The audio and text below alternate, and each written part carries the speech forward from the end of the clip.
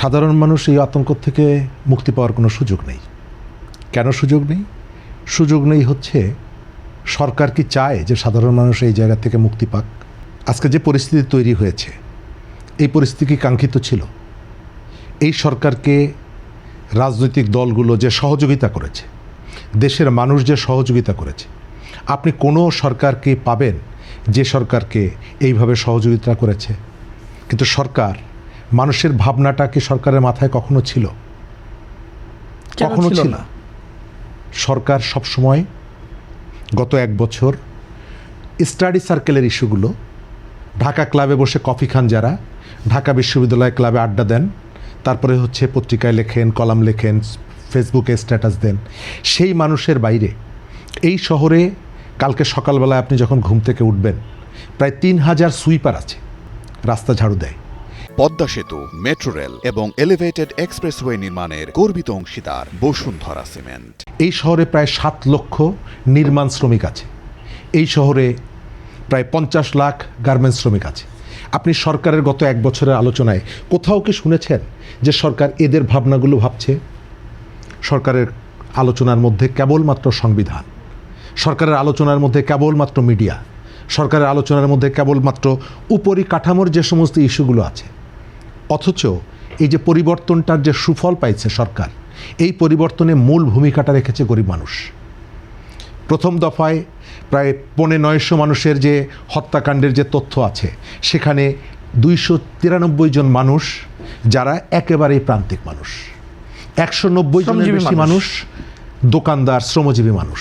তাহলে সেই মানুষের কথা সরকারের আলোচনার মধ্যে কি ছিল? শহীদ মিনারে যে মা তার সন্তানটাকে কাঁধে নিয়ে হাতে এক বোতল পানি নিয়ে যাওয়ার কথা মনে আছে? আপনি গত এক বছর সরকারের কোনো ভাবনার মধ্যে এটি দেখেছেন? নেই। কেন নেই? নেই হচ্ছে এই কারণে যে এই সরকারটা যে প্রক্রিয়া এবং পদ্ধতির মধ্য দিয়ে এসেছে, বিপুল মানুষ তাকে সমর্থন করেছে এবং এই পরিবর্তনটা কাঙ্ক্ষিত ছিল। ১.৫ দশকের আওয়ামী লীগের যে শাসন, মানুষ সেখান থেকে মুক্তি চেয়েছে, কিন্তু ওই যে তপ্ত কড়াই থেকে জ্বলন্ত উনুনে পড়ে যাওয়ার যে অবস্থা, সে অবস্থা হয়েছে এখানে।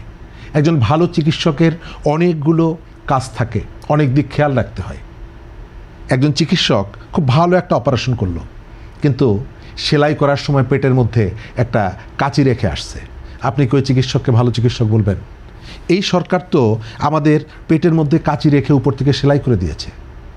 এক বছরে আপনার প্রায় ১,০০০-এর বেশি অবৈধ অস্ত্র, এবং এগুলো খুবই পাওয়ারফুল অস্ত্র, আধুনিক বিভিন্ন বিশেষায়িত বাহিনীর যে আর্মসগুলো, সরকার উদ্ধার করার জন্য কোনো পদক্ষেপ কি নিয়েছে?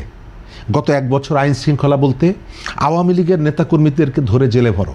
আমি আবার বলি, আওয়ামী লীগের নেতাকর্মীদের সবাই যে ধোয়া তুলসী পাতা, আমি এটা বলছি না, অসংখ্য অভিযোগ আছে তাদের মধ্যে। আবার A to Z যে অপরাধী, এটাও আমি বলছি না। কিন্তু আপনার খেয়াল থাকার কথা, গাজীপুরে যখন হাসনাত আবদুল্লাহর উপরে হামলা হলো, বলা হলো ২৫-৩০ জন যুবক এসে আমাদের উপরে হামলা করেছে। মামলা হলো, ১ সপ্তাহ ধরে ব্লক রেড দিয়ে ৩ শতাধিক মানুষকে গ্রেপ্তার করা হলো, যার বেশিরভাগই আওয়ামী লীগ। এই কাজটা করতে গিয়ে এটি হচ্ছে প্রতিশোধ। আমরা বিচার চেয়েছিলাম। আওয়ামী লীগের যে অপরাধ, সেই অপরাধের বিচার আমরা এখনও চাই, কারণ তাদের ভিতরে, তাদের কাঁধের উপরে প্রায় ১,০০০ মানুষের লাশের বোঝা।